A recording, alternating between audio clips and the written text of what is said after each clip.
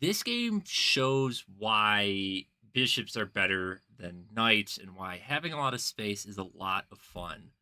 Now, I play E4, I play that in basically all my games, and we end up getting an Italian. And if you watch a lot of my stuff, I'm going for Evan's Gambit, of course, here. And in this case, I'm going for the fried liver because why not? It's fun, it's open, but we don't get that. We get the anti fried liver because my opponent is afraid. And so over here, I castle and I'm going to gain the center here. I'm going to move up this way, and my opponent moves over here. He's attacking my pawn, and so I defend it, and that's not good. I have a blind spot in chess where my opponent actually could just take this right here. Takes, forks. And for some reason, this capture and then regain with a fork, I'm just like, for some reason, like incapable of seeing it. But luckily, my opponent, he does not see that either. He just pushes forward. And so, I get a little bit of an additional chance here to use my space advantage and everything else. First, I want to prevent my opponent from pinning me over here. And then, after he castles, now I gain the center right now. So all feels really good right now. I've got these two central pawns bearing down on the center. I got my knight going here. I got my bishop here. Eventually, maybe I'll get my queen up going this way. This is a pin right here. It's all sorts of fun stuff's happening. And my opponent, he moves back. And so at this point, I'm like, you know what? I'm feeling really, really good about my position. I typically do, but you know, I in my recent losing streak, I lost all this elo, and now I've gained about half of it back. 150 points. I'm about halfway back to where I was before, and so I'm like, oh no, no, okay. But anyway, I move forward, and I'm gaining some confidence. And my opponent here, he moves his bishop to g5, and at this point, I know that I'm winning. And I know I'm winning because I'm going to be able to capture his bishop, and I'm going to have two bishops, and he's not going to have two bishops. And if you're a little bit newer to chess after this capture, this recapture, you might think, well, material is equal. But if you see on the evaluation bar, I have +2 right now. And not only do I have +2 right now, like I know I have +2 right now. I have all of the central space. There's so many open lines for my bishops. This bishop's already placed excellently.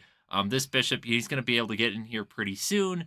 And with that, my idea is I'm just going to start pushing my pawns forward, pushing him back further, and gaining even more active space for my pieces. And he's not going to have too much to do about it. Right here, I move my bishop up to e3. I'm thinking, well, I'm going to connect my rooks. I don't think my bishop belongs right here. I'm definitely not going to take the knight, and I don't think my bishop belongs here on d2. So might as well proceed in this manner. I also had considered something like moving to b3 and getting my bishop over here. It just didn't feel quite right. I felt like I really wanted to stay on this diagonal, potentially be able to capture and attack here later. But anyway, best move was f4. I'm just going for it right now because I have such a lead on development, such a lead on space. But anyway, my opponent moves over, and now I play f4 one move later. And so now my opponent here, you would think, okay, well, he can't move over here because that's going to be a fork. So I guess he has to move back, and luckily that's what he thinks. But again, I don't understand why I don't see this tactic, but this tactic is still here. Um, luckily my opponent didn't see it before. He doesn't see it now. He moves back, and I move my bishop back. I had watch this Levy video earlier today where he's talking about when you're so far ahead and your pieces have easy development, you can take very basically slow improving moves instead of just going for it right away. I could be considering, well, let's figure out where to bring my queen into the game, bring my other rook in, maybe put this rook back over here to pile down here, maybe push forward. But in a lot of those lines, what's going to happen is this knight's going to jump over here, and my bishop's going to be undefended on c4. And so if I just do the slow improvement move back, that's going to help me in the long run. So that's what I decided to do. I really like that move. and my opponent, he moves up all the way to h4 with his queen, and he has basically an unsupported attack. I don't want to allow something silly here. Let's just say the bishop sacrifices. Now the queen gets in here, and there's some sort of maybe repetitive check eventually. Plus, I want to activate my queen, so I move up to f3. So this queen move prevents that, and it defends this pawn. It prepares me to move forward. I'm getting ready to attack my opponent. And so right here, he moves his knight back again. Again, it's another backwards move. He can't really do anything. Both of these moves are denied to his bishop. This move for his bishop was no good. And I mean, if he did decide, let's just say, to move right here instead, I could even see this as a fork because there's no like peace sacrifice, temporary peace sacrifice available. So even I saw that one. And so now I'm like, well, everything's already kind of lined up pretty good. Time to start breaking open this position and make something happen. And also, his queen's a little bit misplaced over here. Let's just say he makes any sort of like weird, careless move. Maybe tries to go onto the open file. His queen's actually trapped right now.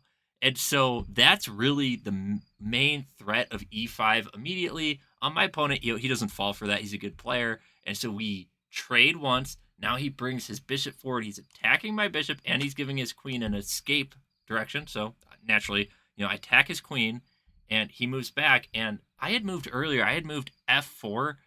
Part of the other reason why having two bishops is so important is when your opponent doesn't have a dark squared bishop in this case, well, how the heck is he going to attack my king? I have a dark squared bishop on this diagonal right here, and he doesn't have a dark squared bishop, so that's why I could confidently play f4, and now I could also confidently play g4. So this g4 move, forcing his knight to move yet again, I could confidently do that. He doesn't have that dark squared bishop to really actually attack me. He moves his knight over. I foresaw that. I foresaw I was going to move here. There's a double attack on this knight. He has to do something. Moving here would just weaken his king even more. I don't think he could really do that. He's kind of forced to move back. And now you're thinking, okay, cool. Well, I think this next move's a little bit even more natural. That's jumping forward here. This knight can't move here, can't move here, can't move anywhere. That knight is trapped. Now, I like this knight g5 move. It obviously reactivates the knight. It also sets up maybe a little bit of a trap. It doesn't quite work right now, but you could move. Let's just imagine I move my rook over here. No rush to take this knight. I can take it whenever I want to. Now he moves this knight over here. If I capture, this is a fork. This fork here forks my queen and my king. So there's a little bit of tricks in the air, especially with that last move. And so because of all that, I said, let's just play it simple. Let me just take that knight right now. Again, he doesn't have his dark bishop. I'm not worried about my king being in any danger.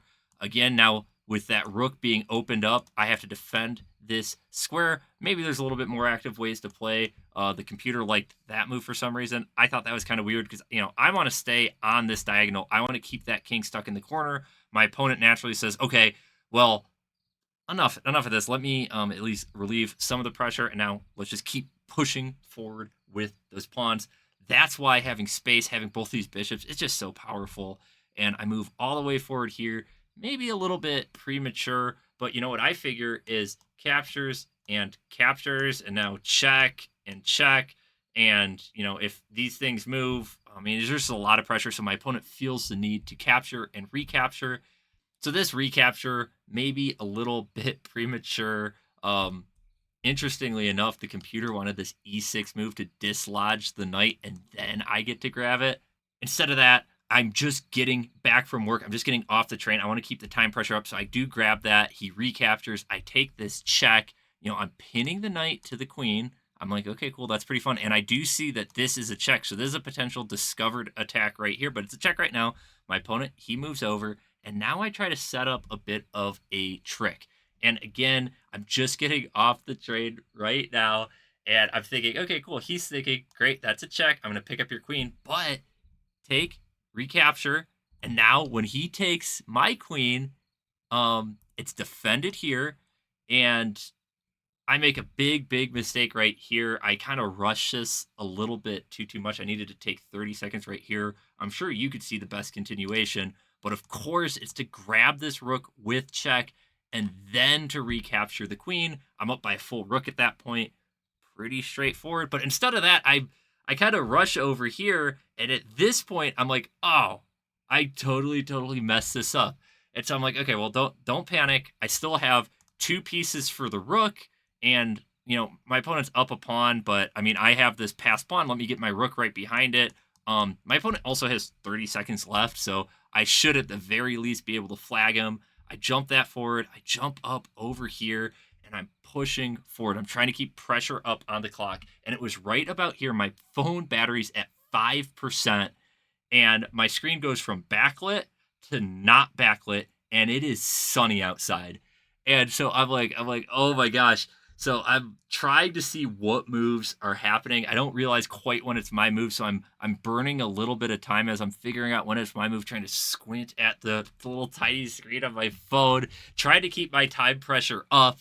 And I jump out here, and right now I'm like, how do I maybe get my bishop up here, push this pawn, get my bishop over here. Now these are defending each other. This rook is stuck here, not able to do anything.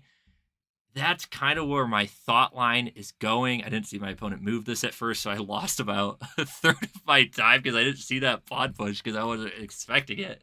So right now I'm like, okay, well, let me get this over here. Maybe I could bring my knight in, and as he mushes here, I'm like, well, that's not really going to quite work because then he's just going to move over here, attack my bishop, and then win my knight. So I push this, trying to prepare that, trying to keep the time pressure up.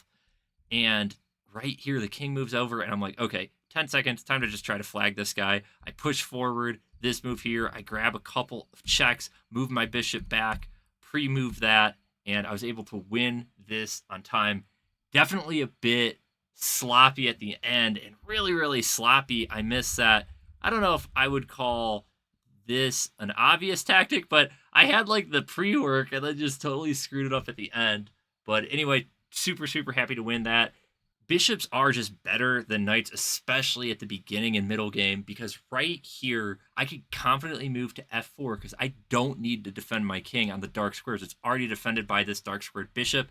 And then as the game progresses forward and I'm able to just plow forward with my pawns confidently because my opponent cannot attack me without a dark squared bishop. That's how powerful it is. And then obviously, especially in the end game, it's just super overpowering, being able to get to both sides of the board. Super happy with the win. I think I deserved it at least for the first part and just missed that, I think, obvious tactic. Just total disaster right at the end. But thanks for checking in, guys. Hope you enjoyed it. If you haven't already, please consider subscribing. Have a great night.